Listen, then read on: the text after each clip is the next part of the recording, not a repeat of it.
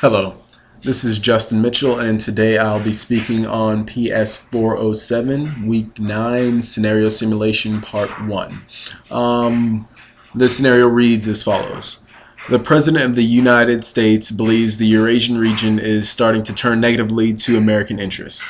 You are his chief intelligence analyst and tasked with determining which 3 states in the region represent the biggest adversary to American national interests. And then I would say which 3 states I select, why I select them, and what ways are these states running interference against American objectives. Are there any relationships or concerted action between these 3 states, or is it all individualistic? And then I'll prioritize saying which state is most adverse to being least adverse. Okay, so starting off, the 3 states I picked were Iran. And I will state them in descending order, starting from the most adverse to the least adverse. So the most adverse would be Iran. The second most adverse or middle adverse, what have you, would be Pakistan. And the third one would be Russia. Now, the reason I picked Iran, well, I picked Iran for several reasons, starting out as being the first one. Reason number one is stating that Iran, they already have a nuclear program. Now, given that they haven't allowed the IAEA to fully examine the nuclear program, we cannot say for sure whether or not they're building nuclear arms or just using the energy for peaceful purposes. We cannot effectively say that. However, given that it is no hidden secret that Iran and the United States do not have the best of relationships, given that they do at one point acquire nuclear arms, then we would have a global crisis on our hands, potentially. Somewhat like with the Cold War, which I will talk about later in Russia's speech.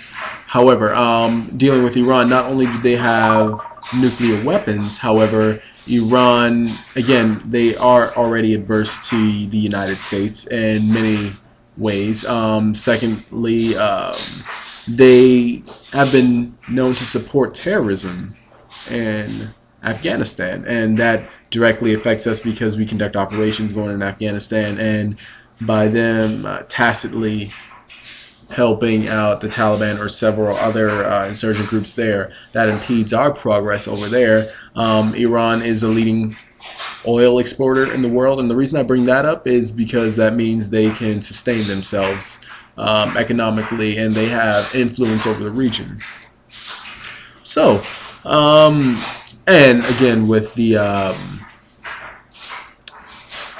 by the way, that noise is my dryer, so please ignore it if you are listening to it. However, and again, with the adverse relations that Iran and Iran and the U.S. have, we have to look at the sanctions that the U.S. has put on Iran, and these economic sanctions, although the U.S. put them there for several reasons, they don't necessarily help the relations between the two areas. So given that, again, they have strong nuclear potential, they are geostrategically located to where they could disrupt operations that we are currently doing over in Afghanistan, not just Afghanistan, but that part of the world.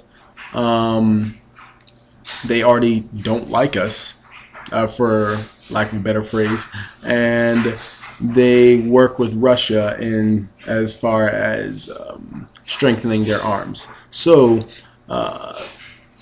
granted, their technology might not be the best or the most advanced, they still do have the capability to quote-unquote reach out and touch us, especially when we're operating in that part of the region. So, okay. So next I said Pakistan. Pakistan, I said for several reasons. Pakistan, because they are a known harborer of terrorism. There are multiple terrorist groups residing in Pakistan, such as Al-Qaeda and the Taliban, and they know that we need them. So that also influences how they act, because they are able to get away with a few things that if we didn't necessarily need them as much as we do, they wouldn't get away with. For example, we need their airspace and their land to enter Afghanistan and conduct operations in Afghanistan and have bases in Pakistan to where we could work together with our bases in Afghanistan.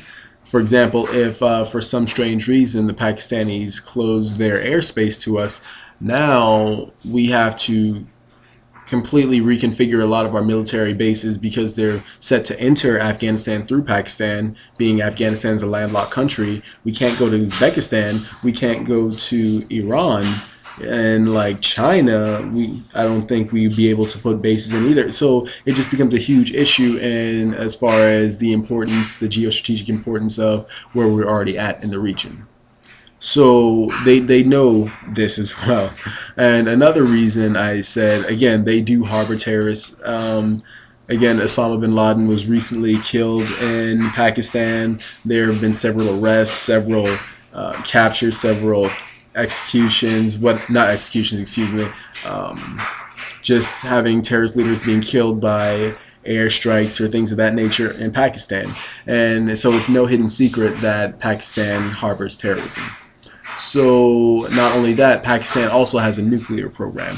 And one of the main issues with that is because they harbor a lot of terrorists and they do have a nuclear program, the propensity for some of the terrorists to get their hands on nuclear arms is there. Now, is it a large propensity? Is it a large chance? Potentially not. Potentially it is. I do not know 100% the chance. However, logically speaking, the more terrorists and the more radicals you have living in your nation, the more of a chance that one of them would be able to get their hands on nuclear arms. And another thing is Pakistan is one of the 3 countries that have not signed the Nuclear Non-Proliferation Treaty, which again makes them pretty dangerous.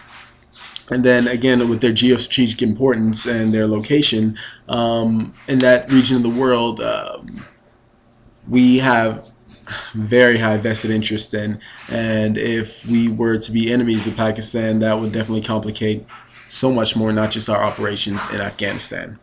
And so the third and final country I said was once lauded as one of the great superpowers, Russia. During the Cold War, Russia and the U.S., they had the arms race, building up to see in case one was going to attack, the mutually assured destruction doctrine, all these other things. Russia, even though the collapse of the Cold War in the 90s, Russia is still, excuse me, not the collapse of the Cold War, the collapse of the Soviet Union, the USSR, Russia is still a very dangerous opponent. Russia is potentially the most well-armed country over in that region. Not only that, they also are adverse to Western influence, United States, but Western influence as well in that region, in the Eurasian region. So given that they are adverse to our influence in the area, they obviously they want to reassert their influence. They want to regain lost glory that they once had, potentially. So given that, we can see, and like I mentioned earlier, that the Iranians and the Russians are business partners, and they share arms and economics. They have economic economic transactions together, arms transactions together. And so we can see that not only will the Russians work with our enemies, they also don't like us, and they're strong. They have nuclear capabilities as well. So again, in conclusion, the 3 states I picked were Iran for their nuclear abilities. They don't like the West already, the United States as well. They have the potential to disrupt our operations. Then we go to Pakistan. Pakistan's geostrategic importance in the area. We can also see how they did not sign the Nuclear Proliferation Treaty, yet they do have nuclear arms. They are harboring terrorists in their nations. And finally, we have Russia. And Russia, again, does not like the U.S. Russia also, they have strong arms and they work with people we don't necessarily like. So those are the 3 countries I chose, and I hope you enjoyed my presentation. Thanks.